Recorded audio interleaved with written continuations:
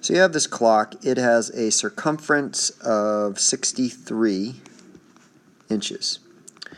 So what we're going to do, we need to find the diameter, then the radius, and then use the radius to find the area. So to find the diameter, we need to do 63 divided by pi, which is 3.14.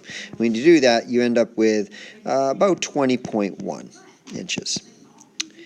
And that's rounded. So across here, it's 20.1. Now, we need to now find the radius.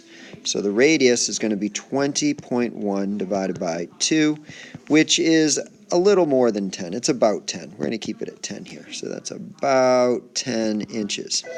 And then you're going to take that 10 inches and you're going to square it, and you're going to multiply it by 3.14.